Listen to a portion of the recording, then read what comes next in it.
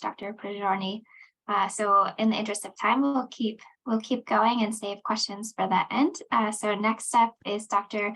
Minczuk, who will be speaking to us on towards therapeutic editing of the mitochondrial genome.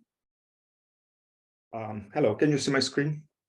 Yes, we can. Yeah. Okay. Hello. Good afternoon. Good morning, everyone. It's a great pleasure to be here, especially in such an important week. And thanks very much for the invitation. So for the next 15 minutes or so, I'd like to share with you some of exciting experiments from our lab, which aim into precise editing of the mitochondrial genome. So just a few slides of introduction.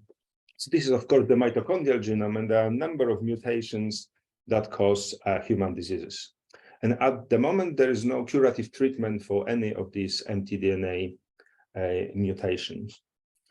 And also, there's quite a few unanswered questions regarding how this genome is regulated. And in my view, I think this situation is because for many years, we were unable to modify this mitochondrial genome in animal models, especially in order to ask the questions which are related to human physiology and also human disease. So why is it so? Why mitochondrial editing of the mitochondrial genome is so challenging? So first of all, at the moment, we don't have routine methods to deliver and maintain nucleic acid into mitochondria. So we cannot think about gene replacement therapies as the one presented by Stephen. Also, genome editing has undergone revolution using CRISPR-Cas9 systems, especially the nuclear genome in mammals. However, because we're unable to deliver RNA in mitochondria, this system have not been adopted to operate in the organelle as yet. So the consequence, we have very few in vivo models of mtDNA dysfunction for preclinical studies, for example. On the positive side, though, we have rather routine method to modulate heteroplasmy with enzymes called programmable nucleases, and also the emerging tools for precise editing of particular bases of mtDNA. And I will spend the rest of my talk talking about these 2 points.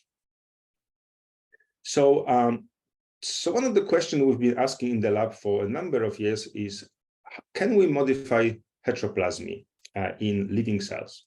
And this project was led by Payam Gamic, who has now moved to independence, and continued Pavel Nash and other people were involved in this project. So basically, the problem we wanted to solve was to take a cell line with mutated mtDNA. This would be a pathogenic mutant, and this mutant would exist above the pathological threshold. So let's, in this very example, 70% mutant. And we want to move the level of heteroplasmy of this mutant below the threshold and effectively cure the cell by making the OXPHOS function better. And the way, to cut the long story short, the way we can do it is to create a cuts into mutant mtDNA only. So if we create double-strand breaks in this DNA, the cell evolves in a way that rather than trying to repair this break, will degrade these molecules rather rapidly. So now we end up with a situation when the ratio of mutant to wild-type molecules is shifted, and then while the cell trying to recover the copy number, it will repopulate itself mainly by wild-type molecules. And then the tools we're using to achieve this goal are called programmable nucleases. So just briefly how these programmable nucleases are built. These are enzymes which we can evolve in the lab, which have DNA binding portion. This is these rectangles which are colorful here, and also a domain which can create cut into DNA, so double-strand break. And now, if you look into this individual model, this is a zinc finger module. We can engineer this particular amino acids in this protein in order to ask this protein to bind pretty much any sequence we want. Now we can link this protein into longer arrays in order to target longer pieces of DNA.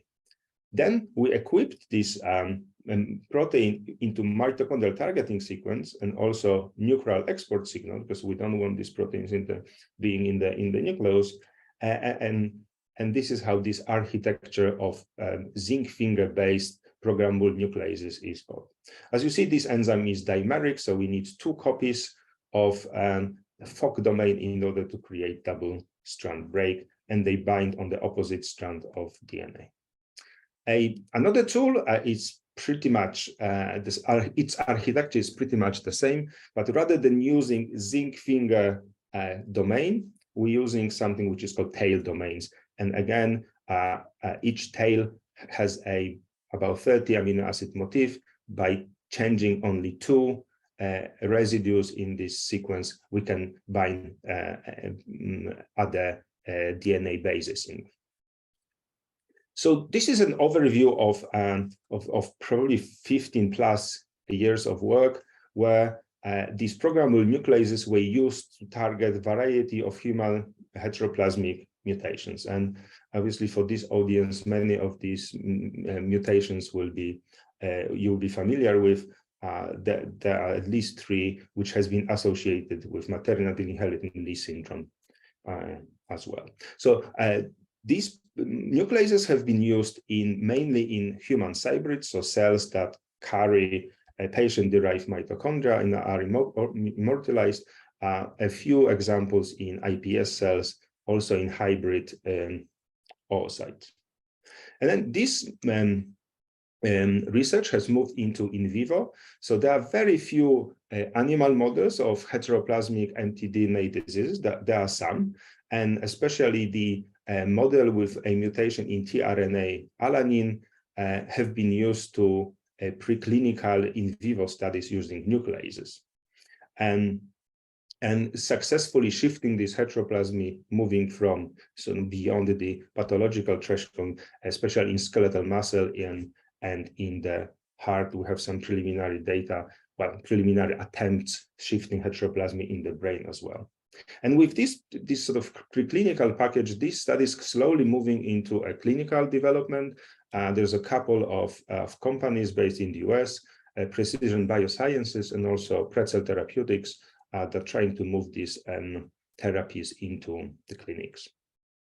So in the second part of my talk, I'd like to address another challenge. So that's been in the field for many, many years. So actually, can we install new mutations in mtDNA in the site we want? So can we generate new mutations? So why is it important? Because that would allow us to create models of mtDNA dysfunction, mtDNA diseases.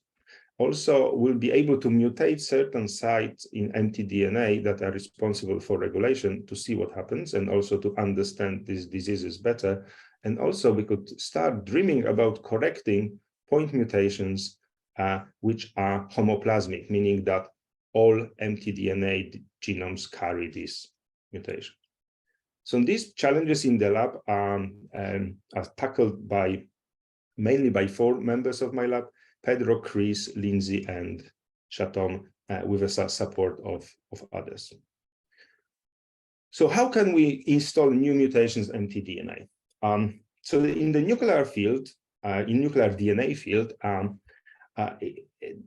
the tool exists which are generally called base editors. And what these base editors can do is to take a base, a cytidine base, which I'm presenting chemical structure here.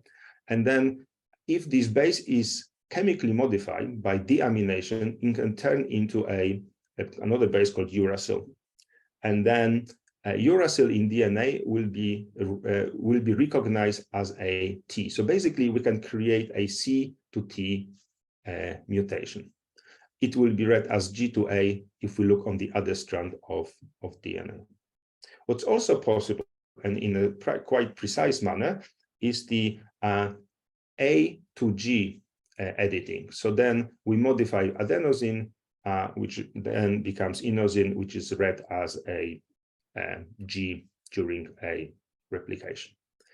So, and very exciting, we're quite excited to see that these tools are slowly being developed for mitochondrial DNA as well. I don't have time to go into technical details. Why was it challenging? However, at the moment, we are able to take a C in empty DNA and mutate it into a T. And there are ways of directing this base editing into specific sites of empty DNA using these caterpillars. And I will say a little bit more about these caterpillars in the next slide. So, so over the 3 years, we're able to design a tool which pretty much looks like the nucleases I showed you a moment ago, but now the cutting bit is replaced by the protein that is able to perform this chemistry, to deaminate cytosine into uracil. And also, there's another set of tools where in between these two binding sites, we have a protein that is able to deaminate adenosine, so creating A to G mutations. So in the lab, we have taken these sort of newly reported tools and decided to test them. So one of the tools is called DDCBE, the other tool is called TALET. DDCBE is for C to T mutation, TALETs are for A to G. So we have taken some wild type cells and delivered these tools into them and waited for 7 days and see how precise these tools can be. So in terms of DDCBEs, so C to T editors, we're actually able to create quite precise and high efficiency edits. So in this experiment, we're targeting a site into ATP6 gene in mitochondria, and we are able to achieve up to 75% of base editing. And as you could see, this is only a single edit in this stretch of DNA.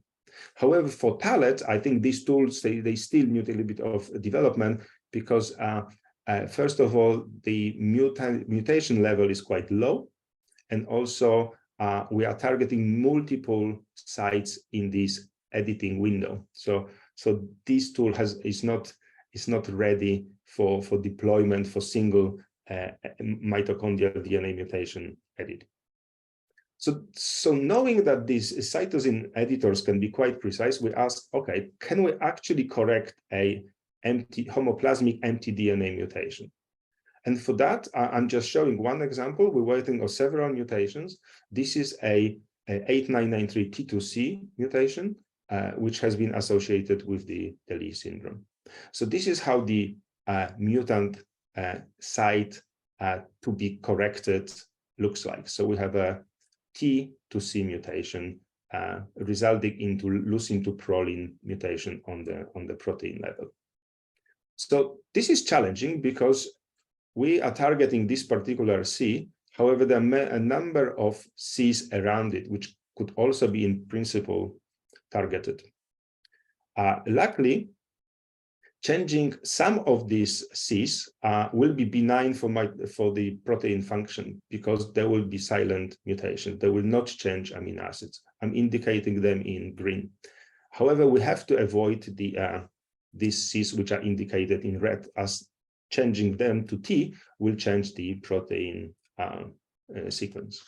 So now what we can do, we can actually optimize this tool a little bit by moving the DNA binding portion to left and the right, also optimizing the protein that makes the edit.